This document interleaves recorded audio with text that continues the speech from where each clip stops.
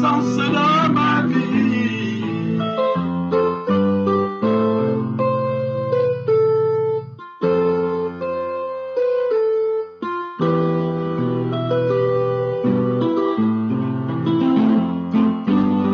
Ton amour, ta puissance, ta présence dans ma vie. Ton amour, Jésus, ta puissance, ta présence dans ma vie. Je veux t'adorer de tout mon cœur. Je veux t'adorer de toute ma force. Je veux t'adorer de tout mon cœur. Car tu es mon Dieu, mon Dieu, tu es mon Dieu. Oui, car tu es mon Dieu, mon Dieu, tu es mon Dieu. Oui, car tu es mon Dieu, mon Dieu, tu es mon Dieu. Car tu es mon Dieu, mon Dieu, tu es mon Dieu. Jésus, car tu es mon Dieu, mon Dieu, tu es mon Dieu. Car tu es mon Dieu, mon Dieu.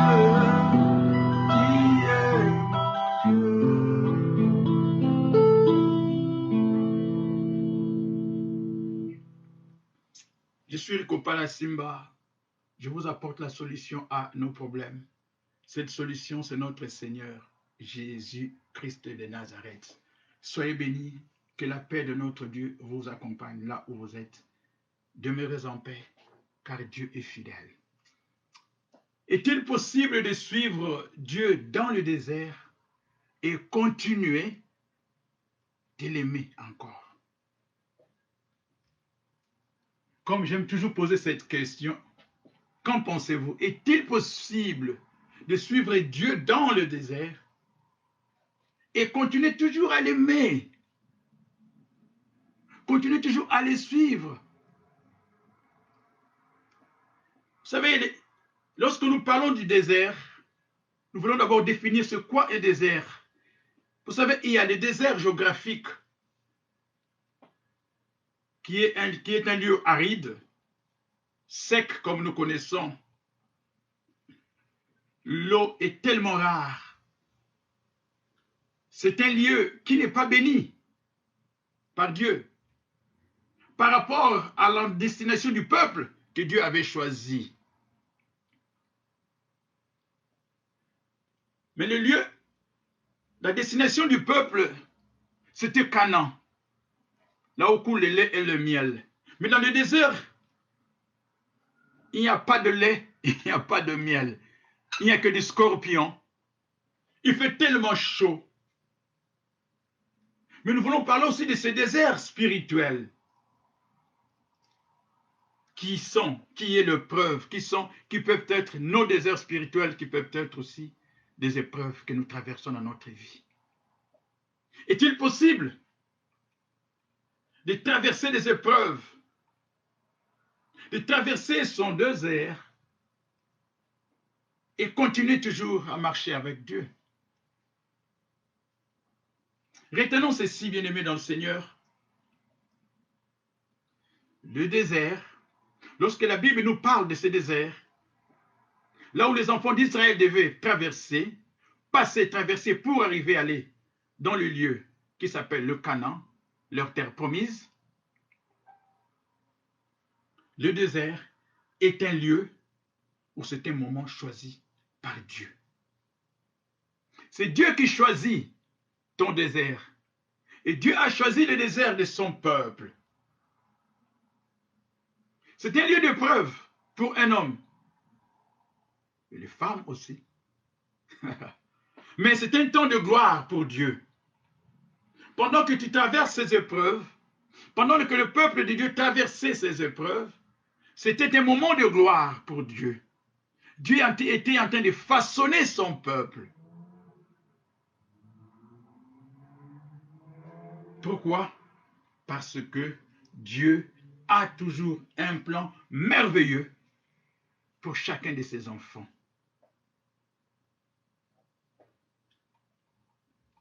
Lorsque nous traversons le désert, sachons une chose, que nous ne sommes pas seuls. C'est pour cela que Dieu dira dans sa parole, tu passeras par le feu, mais le feu ne va pas te consumer. Ils ne vont pas te consumer parce que ma main, je suis avec toi. Tu passeras par les eaux, mais les eaux ne vont pas te submerger parce que moi, Dieu, je suis avec toi. Mais ces peuples devaient traverser les déserts. Lorsque tu traverses ton désert spirituel, ne crains rien parce que Dieu est avec toi. Tu n'es jamais seul. Et sachez une chose, que Dieu est joyeux lorsqu'un homme marche avec lui. Lorsque tu marches avec Dieu, Dieu est content. Il est joyeux lorsqu'un homme marche avec lui.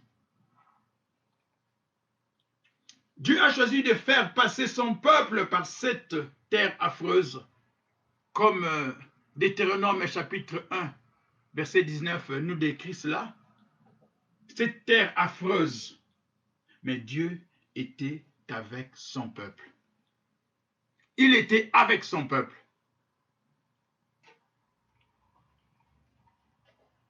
C'est pour cela qu'il te dira que c'est moi qui ai choisi ton désert. Ce n'est pas toi qui choisis ton désert, mais c'est Dieu qui choisit ton désert. Ce peuple devait absolument arriver dans la terre promise. Mais pour arriver dans la terre promise, qui était le Canaan pour eux, pour vous et moi, notre terre promise, c'est le royaume de Dieu, le paradis céleste. Alors, ce peuple devait traverser par le désert. Il y a ta bénédiction, mais avant que tu puisses avoir ta bénédiction, Dieu te fait passer, Dieu fait passer son peuple dans le désert. Il y a toujours un but. Pourquoi Dieu fait passer son peuple dans le désert? Ouvrons notre Bible dans l'Ancien Testament, Néhémie, chapitre 9 au verset 12. Néhémie, chapitre 9 au verset 12. La Bible déclare ceci. Tu le guidas le jour par une colonne de nuée. Cela veut dire qu'ils n'étaient pas seuls. Tu n'es pas seul lorsque tu traverses ton désert. Et la nuit par une colonne de feu qui les éclairait dans le chemin qu'ils avaient à suivre. Suivre Dieu dans le désert, c'est possible, oui. Parce que tu n'es pas seul. Tout est possible à celui qui croit. Marc chapitre 9, verset 23. Si tu crois en Dieu, tu es capable de suivre Dieu, d'aimer, continuer à aimer Dieu, même dans tes épreuves. Mais bien aimé, cela demande, oui, cela demande de lui faire totalement confiance. De lui faire totalement confiance. Cela demande d'être en amour avec Dieu. Oui, bien sûr, c'est possible que tu sois triste, que nous soyons tristes lorsque nous traversons les moments difficiles, les déserts. C'est possible que nous soyons tristes. Mais qu'est-ce que la Bible nous dit? 2 Corinthiens chapitre 7, verset 10. En effet, la tristesse selon Dieu produit une repentance à salut dont on ne se répand jamais. Mais tandis que la tristesse du monde produit la mort. Frères et sœurs, la tristesse de Dieu, c'est pour notre salut. Tu es triste, mais Dieu est en train de te façonner pour que tu sois sauvé. Ce peuple devait traverser. Il devait avoir confiance en Dieu. Suivre Dieu dans le désert, cela te demande d'oublier tes objectifs et de faire la volonté de Dieu. Suivre Dieu dans le désert, cela te demande d'oublier tes objectifs. Tu avais ton plan, tu avais tes plans plutôt, comme ces peuples. Ils avaient leurs plans. Mais lorsque c'est Dieu qui te conduit, tu dois apprendre à oublier tes objectifs et tes plans et suivre le plan de Dieu.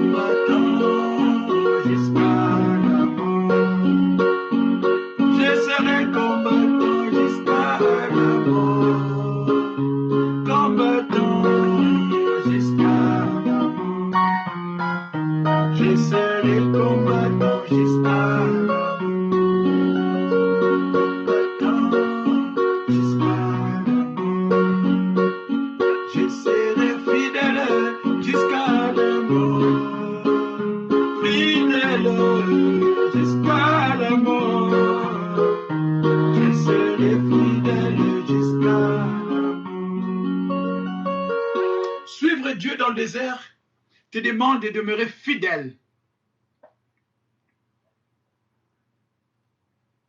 Parce que lorsque nous les suivons, ce n'est plus mes plans à moi, mais ce sont les plans de Dieu.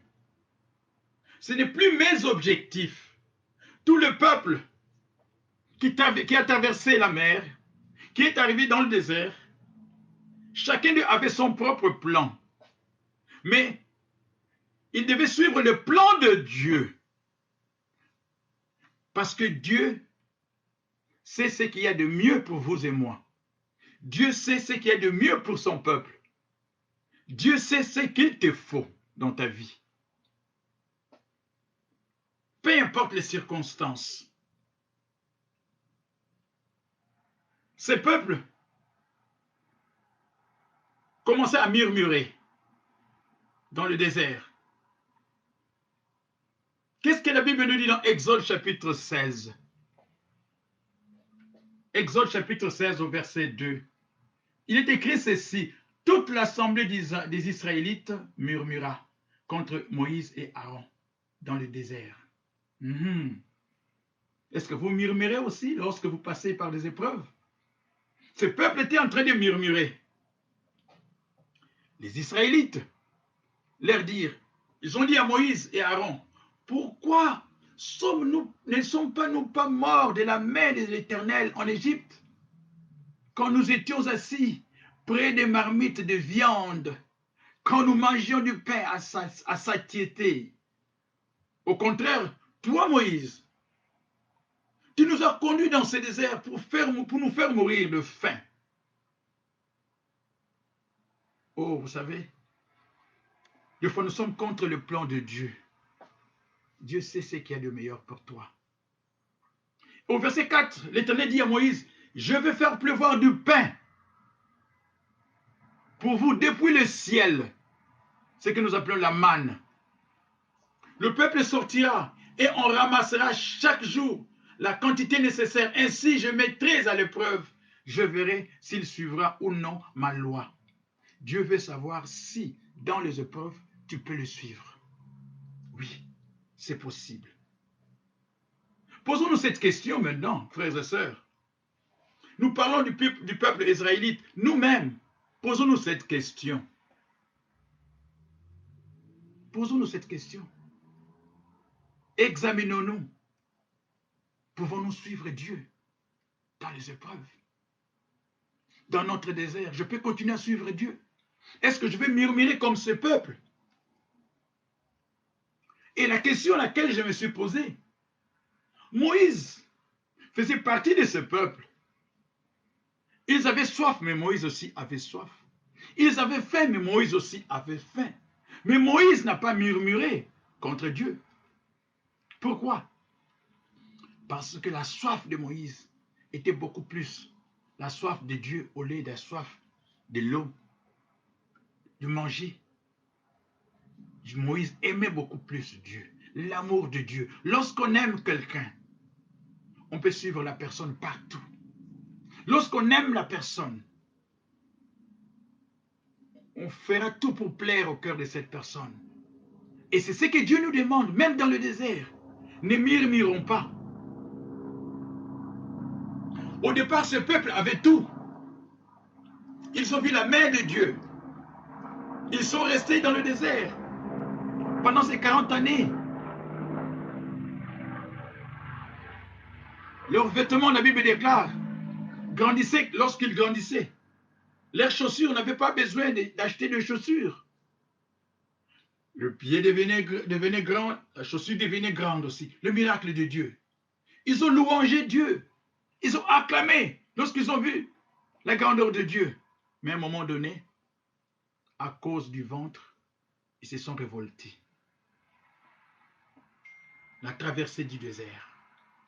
La traversée du désert. Vous savez, notre degré d'amour avec Dieu ne doit pas dépendre des circonstances. Ce n'est pas lorsque ça va bien, j'aime Dieu. Non. Parce que certains suivaient Dieu, pas pour ce que Dieu était, pas pour ce qu'il était, mais pour ce que Dieu leur donnait. Ce n'est pas ça, suivre Dieu. Moïse vivait les mêmes conditions que le peuple, mais il avait beaucoup plus soif de Dieu. Il avait confiance totale à Dieu. Et son objectif était l'objectif de Dieu. Arriver à la terre, dans la terre promise.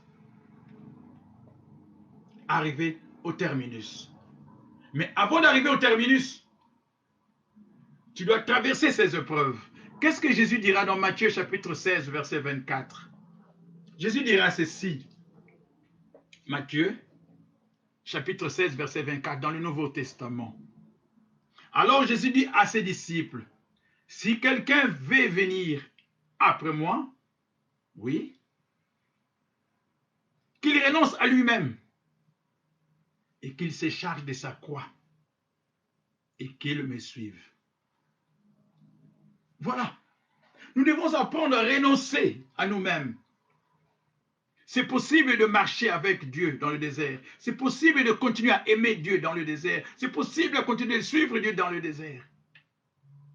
Mais la condition, tu dois renoncer à toi-même. Oublie tes projets. Fais maintenant la volonté de Dieu. Ce peuple n'a pas compris cela. Et nous allons nous poser la question, pourquoi Dieu nous fait passer par le désert? Pourquoi? Nous avons compris. Pourquoi Dieu nous fait passer par le désert?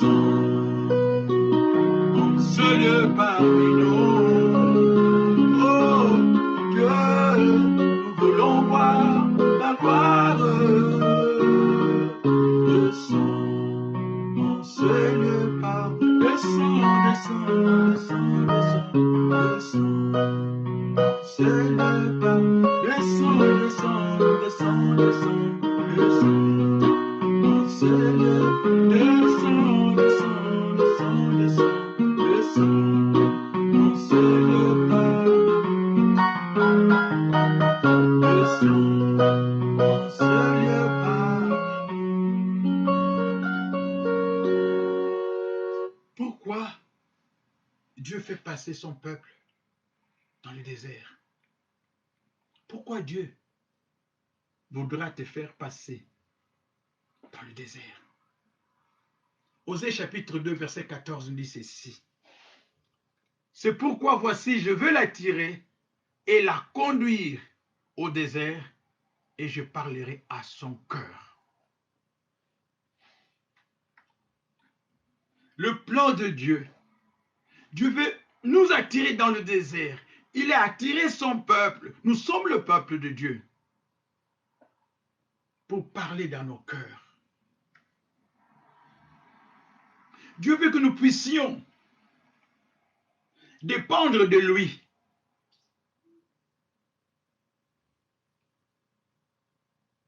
Il t'attire dans le désert parce qu'il veut te parler. Il nous attire dans le désert parce qu'il veut nous parler. Une communion face à face. C'est dans le désert que Moïse a reçu les 10 commandements. Le désert n'est pas seulement un lieu aride, mais c'est un lieu auquel Dieu peut te révéler les choses. Matthieu chapitre 6, verset 33. Ma Bible déclare, cherchez premièrement le royaume et la justice de Dieu. Dieu t'amène afin que tu puisses comprendre. Les choses de ce monde n'ont pas d'importance par rapport à ce que Dieu a réservé pour toi dans les cieux. Si ce désert était une terre hostile, bien sûr, mais il est pourtant un lieu où Dieu parle au cœur des hommes. Amen. Dieu veut te parler. Pour cela, Dieu t'amène dans le désert. Lorsque tu passes des épreuves, Dieu veut te parler. Vous savez, des fois, nous ne comprenons pas. Mais Dieu ne nous a pas dit, la Bible ne nous a pas dit de comprendre les choses de Dieu. Crois et tu verras la gloire de Dieu. Nous cherchons à beaucoup comprendre. Ce peuple était dans le désert. Il murmurait, voulait comprendre. Mais Dieu avait un plan. Moïse avait compris cela. Est-ce que toi, tu comprends le plan de Dieu lorsque tu passes des moments difficiles? Lorsque tu traverses ton désert, est-ce que tu comprends le plan de Dieu? Que l'Esprit de Dieu nous ouvre les yeux spirituels, l'entendement spirituel pour comprendre et marcher main dans la main avec Dieu. Dieu est joyeux lorsqu'un homme marche avec lui. Dieu est joyeux lorsqu'une femme marche avec lui. Dieu est joyeux lorsque nous marchons avec lui, même dans les moments difficiles, dans les épreuves. Sophonie chapitre 3, verset 9 à 20. Pourquoi Dieu nous conduit-il dans le désert? Sophonie chapitre 3, verset 9. Alors je donnerai au peuple de lèvres pures. Dieu veut te donner des lèvres pures. Au fur et à mesure que je reste avec quelqu'un, je vais avoir l'habitude de cette personne. Au fur et à mesure que je reste avec Dieu dans le désert, je vais parler comme Dieu.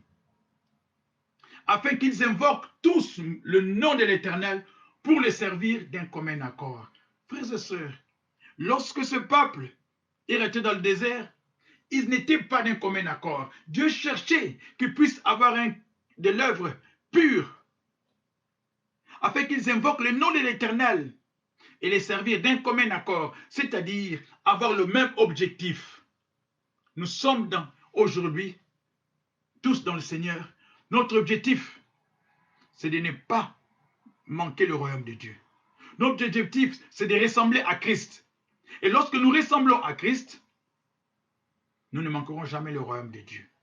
Ce peuple devait absolument arriver à Canaan. Mais ils avaient leur désert à passer. Toi, tu as ton désert à passer. Et tu n'es pas seul dans le désert. Dieu est avec toi.